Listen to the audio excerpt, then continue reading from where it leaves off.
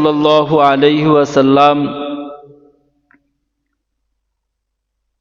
রজব এবং শাবান মাসে আল্লাহর কাছে দোয়া করতেন, আল্লাহুম্মা বারিক লানা ফি রজবা ওয়া শাবান ওয়া বাল্লিগনা রমাদান।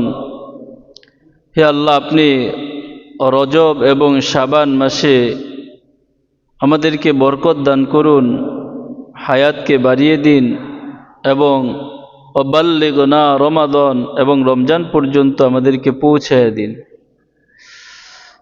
রমজানের প্রস্তুতি আল্লাহ রসুল সাল্লাল্লাহু আলাইহি ওয়াসাল্লাম এবং সাহাবা একরাম রাদিয়াল্লাহু তাআলা আনহুম আজমাইন তারা 2 মাস পূর্ব থেকেই রমজানের প্রস্তুতি নিতে থাকতেন। রমজানের জন্য নিজেদেরকে প্রস্তুত করতেন, নিজেদের কাজ কাম, ব্যবসা বাণিজ্য, চাকরি বাকরি, খেতি খোলা সমস্ত ব্যস্ততাকে তারা গুটিয়ে আনতেন এবং রমজানের ইবাদতের জন্য তারা প্রস্তুতি গ্রহণ করতেন। তো আমাদের সামনে সেই রমজানের জন্য প্রস্তুতি গ্রহণ করা। আমি যে আয়াতে কারিমা তেলাওয়াত করেছি, এই আয়াতে কারিমা এই রমজানের বিষয়ও সম্পৃক্ত রাখে, সাথে সাথে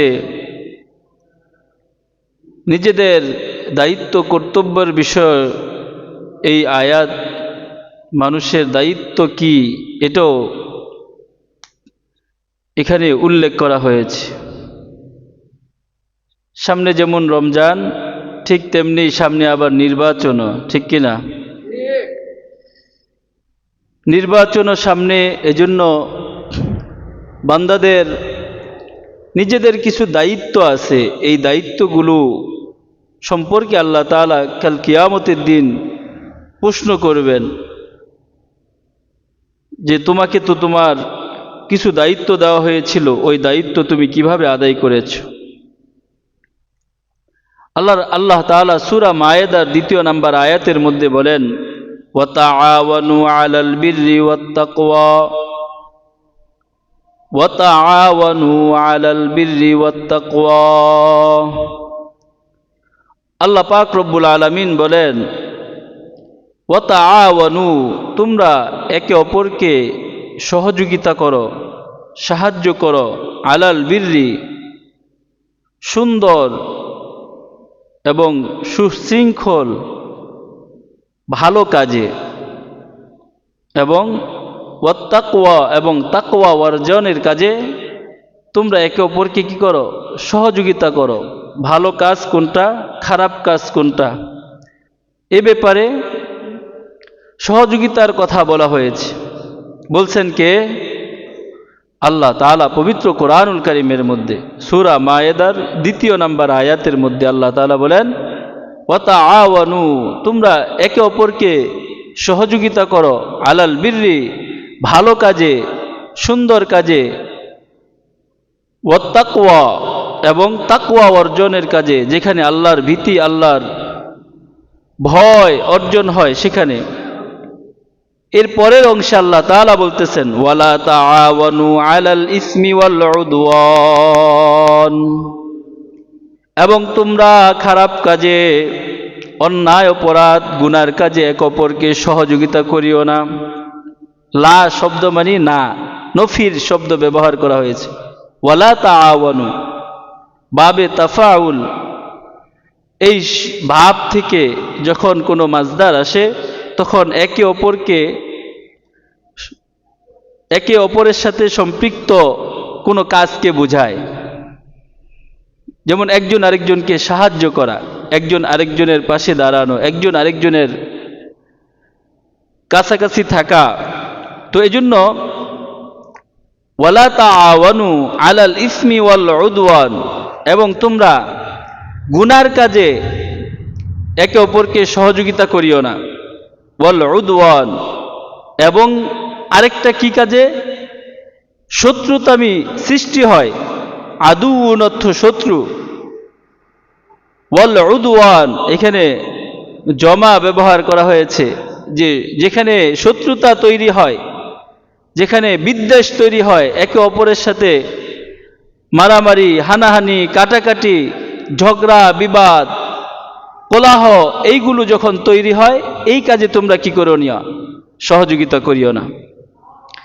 সেজন্য এখানে আল্লাহ তাআলা পবিত্র কোরআনুল কারীমের মধ্যে আমাদেরকে কিছু নির্দেশনা দিয়েছেন, ওয়াত্তাকুল্লাহ, এবং তোমরা আল্লাহকে ভয় করো। ইন্নাল্লাহা শাদীদুল ইকাব, নিশ্চয়ই আল্লাহ তাআলার আযাব বড় কঠিন। শাদীদুল ইকাব, অনেক ভয়ঙ্কর আযাব। তো এই আয়াতে কারিমার মধ্যে আল্লাহ তাআলা কিছু নির্দেশনা দিয়েছেন যে সৎ কাজ যত আছে, এই সৎ কাজের মধ্যে তোমরা কি করবা, সহযোগিতা করবা। যেখানে অন্যায় হয়, অপরাধ হয়, এই কাজের মধ্যে তোমরা কি করবা না, সহযোগী হবে না, সহযোগিতা করবে না। যদি তুমি কোনো অন্যায় কাজে সহযোগিতা করো, তাহলে তুমিও অন্যায়কারীর কাজে সহযোগিতা করার কারণে তুমিও সেই অন্যায়কারীর মধ্যেই গণ্য হবে। নাউজুবিল্লাহ। আপনার একটা কাজের কারণে, একটা কোনো সহযোগিতার কারণে যদি সেখানে গুনার কাজ সূচনা হয়, বা গুনার কাজ করার মাধ্যম তৈরি হয়, বা গুনার কাজ সেখান থেকে মানুষ গুনার করতে থাকে, তাহলে আপনি যে শুধু সহযোগিতা করেছেন, এই সহযোগিতার কারণেই সেখান থেকে কি হবে, আপনার আমল নামায় গুনাহ লিপিবদ্ধ হইতে থাকবে। ঠিক কিনা? আর যদি আপনার একটা ভালো কাজের কারণে সেখান থেকে নেকি বা ভালো কাজ শুরু হয়, সেখান থেকে আপনি সওয়াবের অংশীদার হবেন। আপনার আমল নামায় সওয়াব লিপিবদ্ধ করে দিবেন কে? আল্লাহ তাআলা। এজন্য সবসময় মুমিন, মুত্তাকি, মুসলমান বান্দার জন্য উচিত হলো যে তারা সৎ কাজে তারা অংশীদার হবে, ভালো কাজে নিজেদেরকে আত্মনিয়োগ করবে। অন্যায় অপরাধ, যেখানে জুলুম নির্যাতন হয়, যেখানে খারাপ কাজ হয়, বেহায়াপনা হয়, সেই কাজে তাদের কোনো অংশ থাকবে না। কারণ সেখানে আল্লাহ তাআলা বলে দিয়েছেন, ওয়া তাআওয়ানু আলাল বিররি ওয়াত তাকওয়া, তোমরা ভালো কাজে, সুন্দর কাজে একে অপরকে সহযোগিতা করো, এবং তাকওয়া অর্জনের কাজে তোমরা সহযোগিতা করো। শুধু তাই না, হাদিসের মধ্যে আল্লাহর রাসূল সাল্লাল্লাহু আলাইহি ওয়াসাল্লাম, আবু হুরায়রা রাদিয়াল্লাহু তাআলা আনহু থেকে বর্ণিত হাদিসের মধ্যে আল্লাহর রাসূল সাল্লাল্লাহু আলাইহি ওয়াসাল্লাম বলেন, আন আবি হুরায়রা রাদিয়াল্লাহু তাআলা আনহু قال ইযা কানা উমারাউকুম খিয়ারুকুম ওয়া আগনিয়াউকুম সামহাউকুম ওয়া উমারাউকুম শুরা বাইনাকুম ফাযহারাল আরদু খায়রুল লাকুম মিন বাতনিহা। এই হাদিস অনেক গুরুত্বপূর্ণ একটি হাদিস, তিরমিজির হাদিস। আবু হুরায়রা রাদিয়াল্লাহু তাআলা আনহু থেকে বর্ণিত হাদিসের মধ্যে আল্লাহ রাসূল সাল্লাল্লাহু আলাইহি ওয়াসাল্লাম বলেন যে তোমাদের উমারা, তোমাদের নেতারা যদি হয় বদ্দিন, এবং তোমাদের নেতারা যদি হয় তারা মানুষের উপর নির্যাতনকারী, মানুষের খেয়ানতকারী, তাদের ওয়া আগনিয়াউকুম সামহাউকুম, আর তোমাদের ধনীরা যদি হয় কৃপণ, বখিল, তাহলে এই জমিনে বসবাস করা চাইতে তোমাদের মরে যাওয়া ভালো। নাউজুবিল্লাহ বলবেন না? কি করতেছে এখানে? হাদিসের মধ্যে দুইটা শব্দ ব্যবহার করছেন, ফাযহারাল আরদু খায়রুল লাকুম মিন বাতনিহা ওয়া যহারাল বাতনি খায়রুল লাকুম মিন আরদিহা। এই লম্বা হাদিসের মধ্যে আল্লাহ রাসূল সাল্লাল্লাহু আলাইহি ওয়াসাল্লাম বলেন, আরদুন মানে জমিন, জহরুন মানে পিঠ, আর বাতনুন মানে কি? পেট। মানুষকে জমিনের পিঠেও অবস্থান করতে হয় এবং পেটেও অবস্থান করতে হয়। সুবহানাল্লাহ বলবেন না? কোথায় অবস্থান করে মানুষ? পিঠে অবস্থান করে, পেটে অবস্থান করে। পিঠে অবস্থান করে কতক্ষণ? মানুষটা জীবিত থাকে যতক্ষণ। সুবহানাল্লাহ বলবেন না? আমরা কোথায় আছি? জমিনের পিঠে। পিঠে আজকে আমরা চলাফেরা করতেছি, ঘোরাফেরা করতেছি, খাওয়া দাওয়া করতেছি, যা খুশি তা করতেছি না, যেদিকে মন চায় ওইদিকে দৌড় দিতেছি। কিন্তু এই মানুষগুলোকে আবার এই জমিনের পেটে অবস্থান করতে হবে, ঠিক কিনা? জমিনের পেট কোনটা? জমিনের নিচে, অর্থাৎ এই হলো পিঠ, এই হলো পেট। পেটের মধ্যে যারা মৃত্যুবরণ করে তারা পেটের মধ্যে অবস্থান করে। তো জমিনের পিঠে অবস্থান কতদিন আর পেটে অবস্থান কতদিন? পিঠে অবস্থান অল্প সময়, আর পেটে অবস্থান কতদিন? দীর্ঘ সময়। তো এই জমিনে অবস্থানটাকে আল্লাহ রাসূল সাল্লাল্লাহু আলাইহি ওয়াসাল্লাম বুঝাইছেন যে যদি তোমার উমারা উকুম খৈরুল লাকুম, তোমাদের জন্য কল্যাণকামী কোনো নেতা নির্ধারক হয়, তোমাদের জন্য তোমার শাসক যদি হয় সে মঙ্গলকামী, সৎ, সালেহ, নামাজি, পরহেজগার, দিনদার, সে তোমার উপর কখনো বেইনসাফি করবে না, এরকম যদি নেতা হয়, তখন বলছেন জহারল আরদু খায়রুল লাকুম, তাহলে তোমার জন্য এই জমিনে বসবাস করা মৃত্যুর চাইতেও বেশি উত্তম। সুবহানাল্লাহ বলবে না? কারণ তোমার তো জমিনে বসবাস করতে কোনো কষ্ট হবে না, তোমার উপর কোনো জুলুম করবে না, দ্রব্য মূল্যের দাম বাড়ায় দিবে না, তোমার উপর কোনো ক্ষতি করবে না, তোমার যে হক, তুমি একজন জনগণ হিসেবে তোমার যে দায়িত্ব, এই দায়িত্ব পালন করবে। আর যদি নেতা হয়ে যায় বদ্দিন, নেতা হয়ে যায় জুলুমবাজ, দুর্নীতিবাজ, সন্ত্রাস, চাঁদাবাজ, এরকম যদি নেতা নির্ধারণ করো, তখন ওই নেতা তোমার জন্য হয়ে যাবে ভয়ঙ্কর। তোমার জন্য তখন এই জমিনে বসবাস করার চাইতে মৃত্যুবরণ করা উত্তম। নাউজুবিল্লাহ বলবেন না? এটা বলছেন কে? বিশ্বনবী জনাবে মুহাম্মদুর রাসূলুল্লাহ সাল্লাল্লাহু আলাইহি ওয়াসাল্লাম বলছেন। কি বলতেছেন? আন আবি হুরায়রা রাদিয়াল্লাহু তাআলা আনহু قال ইযা কানা উমারাউকুম খিয়ারুকুম ওয়া আগনিয়াউকুম সামহাউকুম, যদি তোমার নেতা হয় বদ্দিন, নেতা হয় সন্ত্রাস, নেতা হয় চাঁদাবাজ, নেতা হয় দুর্নীতিবাজ, তাহলে তোমার জন্য দুনিয়া হবে ভয়ঙ্কর জাহান্নামের মতো। কি হবে? জাহান্নামের মতো। আর তোমার ধনী লোকরা যদি হয় কৃপণ, বখিল, তাহলে একই ঘটনা। কারণ ধনীদেরকে আল্লাহ তাআলা সম্পদ দান করছেন, তারা যদি সময় মতো তাদের অর্থ ব্যয় করে, সময় মতো তার গরিব, দুঃখী, অসহায়, দরিদ্র, পাড়া প্রতিবেশী, তার আত্মীয় স্বজন সবার খোঁজ খবর রাখে, তাহলে এই ধনীদের সম্পদ দিয়ে মানুষ উপকৃত হবে, ঠিক কিনা?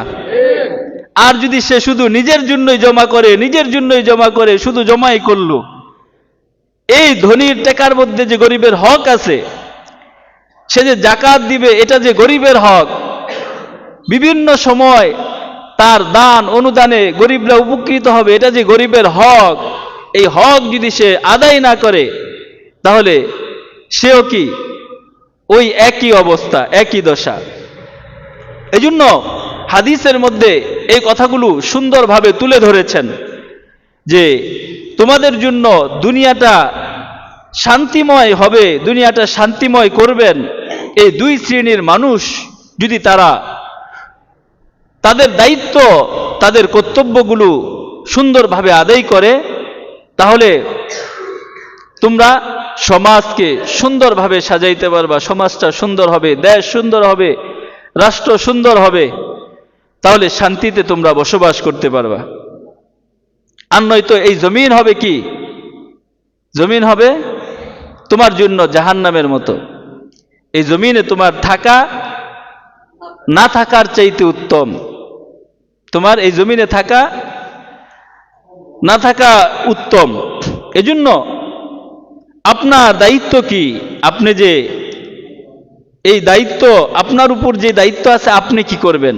এজন্য বলছেন আল্লাহ তাআলা পবিত্র কোরআনুল কারীমের মধ্যে সূরা মায়েদার মধ্যে বলছেন যে আপনার উপর যে দায়িত্ব আছে, আপনি কাউকে সহযোগিতা করবেন। ওয়া তাআওয়ানু আলাল বিররি ওয়াত তাকওয়া, একে অপরকে ভালো কাজে সহযোগিতা করার কথা বলেছেন কে?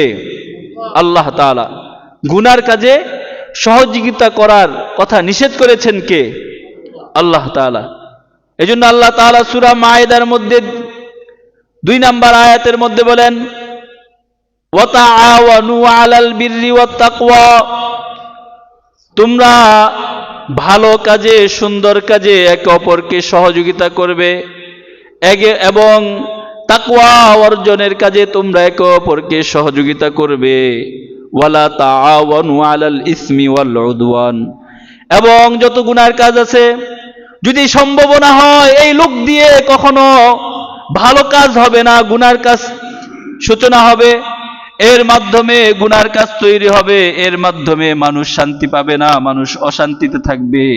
তাহলে যেই মানুষটা তাকে সহযোগিতা করবে, ওই মানুষের সহযোগিতার কারণে সে যত গুনার কাজ করবে, তার মাধ্যমে যত অন্যায় অপরাধ হবে, এই সমস্ত গুনার ভাগীদার সেও হবে যে তাকে সহযোগিতা করেছে। ঠিক কিনা? এজন্য সাবধান। এজন্য কি? সাবধান, হুঁশিয়ার। আপনি শুধু লাল দেখকেই ফাল মারলে হইব না। কি করলে হইব না? এ কথা বলে না, লাল দেখেই ফাল মারলে হইব না। স্রোতের জোয়ারে শুধু ভাইসে গেলেই হবে না, নিজের বুদ্ধি বিবেচনা দিয়ে সমাজটাকে সাজাইতে হবে। ঠিক কিনা? একটা ভালো সুন্দর পরিবেশ কায়েম করতে হবে। এই দেশটা, এই রাষ্ট্রটা আমরা সুন্দর এবং শান্তিময় করতে চাই। ঠিক কিনা? এজন্য সৎ, যে সৎ তার সাথে থাকবো। এবার আমি কাউকে চিনি না, এখানে কোনো ব্যক্তি চিনি না, কোনো নাম বুঝি না, আমি শুধু চাই কি? এই কথা বলেন, আমি চাই কি?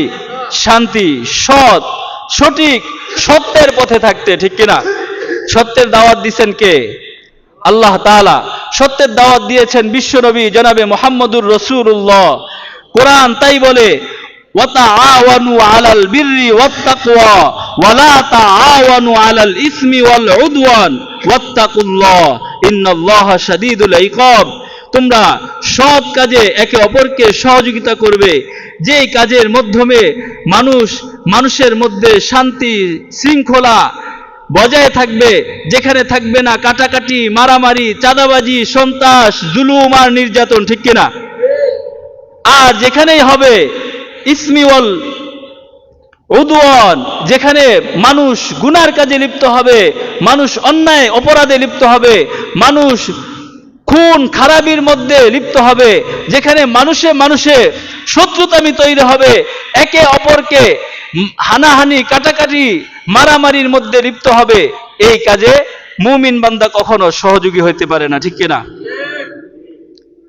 এজন্য আল্লাহ পাক রব্বুল আলামিন বলেন ওয়ালা তাআওয়ানু আলাল ইসমি ওয়াল উদওয়ান, যেখানেই তোমরা দেখবে পাপ কাজের সম্ভাবনা আছে, যেখানেই দেখবে গুনার কাজ তৈরি হচ্ছে, গুনার সম্ভাবনা আছে, সেই কাজে তোমরা কখনো সহযোগিতা করবে না। ওয়াল উদওয়ান, ভাই ভাইয়ের মধ্যে শত্রুতামি তৈরি হয়, আত্মীয় আত্মীয়র মধ্যে শত্রুতামি তৈরি হয়, সমাজের মধ্যে শত্রুতামি তৈরি হয়, রাষ্ট্রের মধ্যে খুন খারাপি হয়, এমন কাজে তোমরা কাউকে সহযোগিতা করবে না। কারণ কি? এই সহযোগিতা করার কারণে তুমিও এই সহযোগী হওয়ার কারণে তোমার দ্বারা সে যদি সহযোগিতা পায়, তাহলে তুমিও এই গুনাহের ভাগী হবে। ওয়াত্তাকুল্লাহ, প্রত্যেকটা কাজে ভয় করতে হবে একজনকে, তিনি কে? আল্লাহকে ভয় করো। কি করো? প্রতিটা কদমে আল্লাহকে ভয় করে চলো। ওয়াত্তাকুল্লাহ, কারণ ইন্নাল্লাহা শাদীদুল ইকাব, আল্লাহ তাআলার আযাব বড় কঠিন, বড় ভয়ঙ্কর। হয়তো আমরা মনে করতেছি জমিনে তো চলতেছি, জমিনে যতদিন আছি দাপট নিয়ে চলি, জমিনে যতদিন আছি যারে পারি তারে জুলুম করি, নির্যাতন করি, কিন্তু মৃত্যুর পরে আমরা তো এখন আছি জমিনের উপরে, পিঠের উপরে, তাই না? জমিনের পিঠে। প্রত্যেকটা মানুষকে জমিনের পেটে যেতে হবে। কোথায় যেতে হবে? কথা বলেন। পেটে যেতে হবে।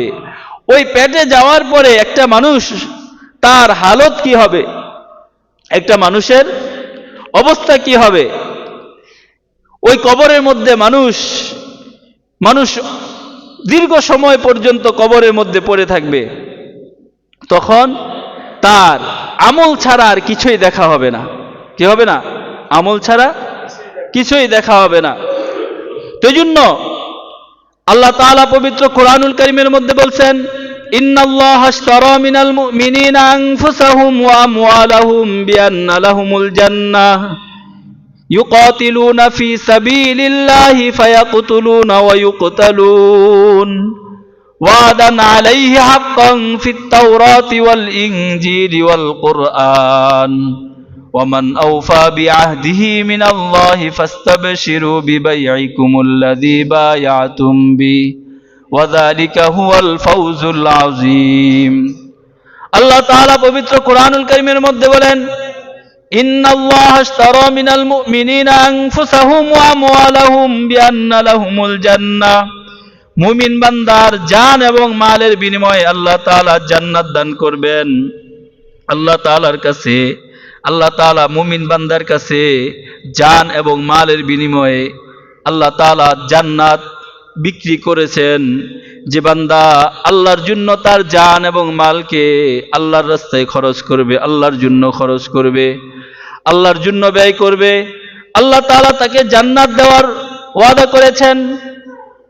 আর এই ওয়াদা শুধু কোরআনেই করেন নাই, ইন্নাল্লাহা আশতারা মিনাল মুমিনিনা আনফুসাহুম ওয়া আমওয়ালাহুম বিআন্না লাহুমুল জান্নাহ ইউকাতিলুনা ফি সাবিলিল্লাহি ফায়াকতুলুনা ওয়া ইউকতালুন। আর যারা নাকি আল্লাহর দ্বীনের জন্য, আল্লাহকে সন্তুষ্টি করার জন্য দ্বীনের রাস্তায় লড়াই করতে করতে তারা মৃত্যুবরণ করে, হয়তো সে কাফেরদেরকে কতল করে অথবা সে নিজে শহীদ বরণ করে, শাহাদাত বরণ করে, ওই ব্যক্তিকে আল্লাহ তাআলা জান্নাত দান করবেন। ইউকাতিলুনা ফি সাবিলিল্লাহি ফায়াকতুলুনা ওয়া ইউকতালুন ওয়াদান আলাইহি হাক্কান ফিত তাওরাতি ওয়াল ইনজিলি ওয়াল কুরআন। আর আল্লাহ তাআলা যে ওয়াদা দেন, এই ওয়াদা কখনো মিথ্যা হইতে পারে না। আল্লাহ তাআলা তাওরাতে, জাবুর, ইনজিল এবং কোরআনে এই ওয়াদা দান করেছেন। সুবহানাল্লাহ। ওয়াযালিকা হুয়াল ফাওজুল আযীম। আর তারাই হবে সর্বোচ্চ সফল কাম, যারা কি করবে, তাদের জান এবং মালের খরচ করে, জান আর মালের বিনিময়ে জান্নাত ক্রয় করে যাবে দুনিয়া থেকে, তারাই হবে চূড়ান্ত সফল কাম। তারাই কি হবে? চূড়ান্ত সফল কাম। এজন্য আমাদের যেই বোঝার বিষয়গুলো হচ্ছে, যখনই কোনো সৎ কাজের বিষয় আসে তখন আমরা সৎ কাজে থাকব, অসৎ কাজে কখনো কি হব না, আমরা সহযোগী হব না। এতে যদি কোনো নুকসান হয় তাহলে নুকসান হোক, এতে যদি আমার কোনো নুকসান হয়ে যায় তাহলে নুকসান হোক, কিন্তু এই নুকসান ক্ষণিকের, এই নুকসান সাময়িক। কিন্তু যদি আমরা এই কাজে সহযোগিতা, খারাপ কাজে সহযোগিতা করি, তাহলে এর জন্য সারা জীবন আমার গুনার ভাগী হতে হবে। ঠিক কিনা? এজন্য সারা জীবন গুনার ভাগী হতে হবে। এজন্য সমস্ত ভালো কাজে সহযোগী হব, আর সমস্ত খারাপ কাজ থেকে আমরা বিরত থাকব। রাজি আছি না ইনশাআল্লাহ? আল্লাহ তাআলা তৌফিক দান করুন। কত বাজে? ওয়া আখির দাওয়ানা আলহামদুলিল্লাহ।